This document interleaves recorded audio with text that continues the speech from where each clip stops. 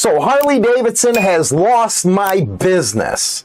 I seen this article written by a millennial, and it was very interesting, the reasons why he said he loved Harley, but he would no longer purchase a motorcycle from them. Now, we know Harley Davidson has been having a real tough time with the younger generation. I might argue all motorcycle companies have, because the new generation of rider really doesn't, how can I say it, put an emphasis on culture, but reliable transportation. And this reversed everything that these motorcycle manufacturers know.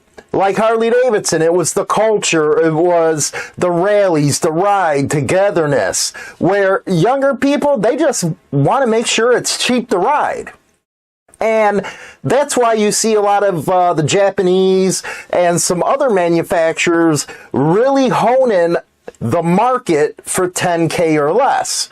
Now, I got a lot of pushback on my, how can I say it, viewpoint of the 2023 Harley lineup, and especially the Sportster S, where they wanted about 17 grand after all, you know, the dealership tack-ons, all that good stuff, where that's out of reach for somebody that is looking for cheap, reliable transportation, especially in these times.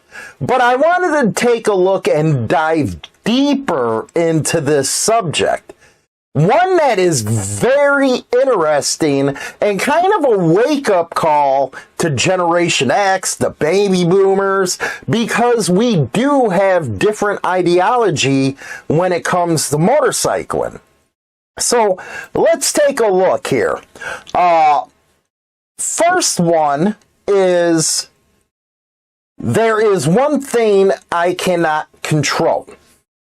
And HD doesn't seem to be making any effort to correct it.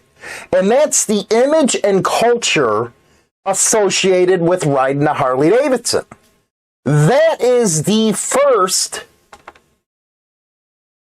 time I actually sat there and said, damn, let's sit here and listen to this. What about the culture doesn't the new generation like? And the go on number 2, it says, ride what you want. You're right, it shouldn't, but it does. Perhaps it was seeing one too many Harley Davidson t-shirts on any of the many cops television criminals, or mugshots from last week's methamphetamine arrest, or possibly even the 2 big national biker events that appear to be more about furthering the tough guy image than actually enjoying motorcycles themselves. Perhaps it was the infamous South Park episode detailing HD riders. Harleys are loud, irritating, and obnoxious ruffians. And then he goes into about Sons of Anarchy. Does he have a point there? You got to remember, in the 1970s, Honda came out with the slogan, only nice people ride Hondas. And that's where Harley Davidson, on the other end, started promoting the rebellious, the outlaw of society, and a lot of their marketing ad campaigns went towards that. And that worked basically up to my generation. 70s, 80s, 90s, early 2000s. I think Harley Davidson spiked in sales up until 2008, but we also got to remember it was a recession back then, but sales never recovered. So should they have changed their marketing strategy earlier? Because you got to remember, the early 2000s, you had your shows like American Chopper, all that good stuff. But when you step back and look at it and say to yourselves, well, they're looking for cheaper transportation rather than an image, and here you have a company that was late to the party to promote the sport of motorcycling instead of a culture, that's driving people like the one who wrote this article. And you kind of have to, as an older guy, step back and say, well, you're right.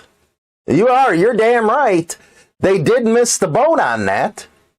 It was supposed to be about Harley promoting the motorcycle enthusiast part rather than promoting the image of rebellion and stuff, because that just isn't the psyche of today's new rider.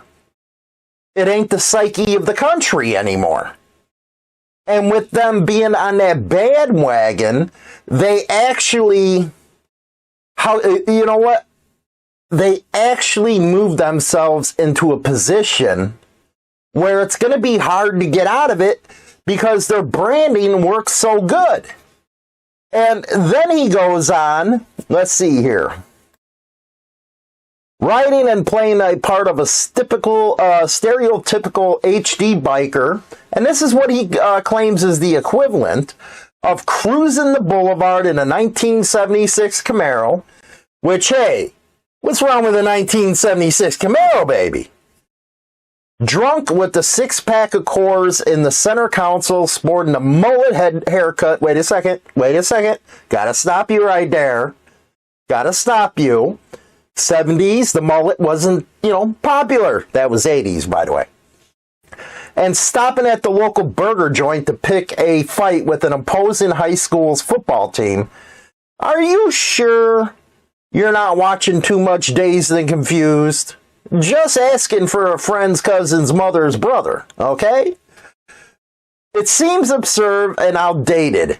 It absolutely is, and that's exactly how the millennial generation perceives Harley riders. I already know they perceived Harley riders as grandpas, geriatrics here. But does he have a point?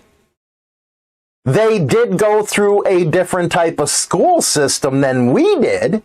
We believed more in freedom, where maybe they don't. And I'm not bashing on anybody here. I'm just asking a simple question about the mindset. The mindset is all I'm asking about here. Not trying to bash you youngins. Even though people say, well, everybody's dying off in the Harley brand. It's been shown, even the younger ones who've been in motorcycling have it in their blood, they eventually go to the cruiser class and get into a Harley or an Indian. So I don't know how much truth is in that. I really don't. I don't know how much truth is in that their clientele's dying off. Continuing here. Let's see here. Continuing. So let's get to the heart of the matter here, HD. It's your marketing. I'm no millennial, but I'm in the prime of my buying age. Marketing to the millennials and even Gen Xers, and I have to disagree with that. Gen Xers shouldn't even be put in with the millennials. We think different. We came up in a different time period. So I don't believe. Unlike Indy and Ducati, though, you have the added challenge of trying to figure out how to unmarket to the same audience you successfully marketed for the past 30 years. Because it's them, those people. It's like an us versus them type argument. You see where it's coming now? Different ideology. Not the bikes themselves that are making motorcycle enthusiasts run straight into the arms of your competitors. Do you buy that argument? Do you think that Harley has branded itself so much to the rebellious side that there's no way that they're going to bring back younger people? Now, we also have to admit, after Gen Xers, the whole ideology of you have to own an American bike is out the window. They do not care where it's made. They just want the reliability. And let's face it, Japanese, German, English, Italian. They got some reliable bikes, and they're priced right. You're not going to mortgage your house to get a Harley Davidson. So, should Harley Davidson, instead of trying to cater to younger ones, should they cater to an age group that they know that they're going to get?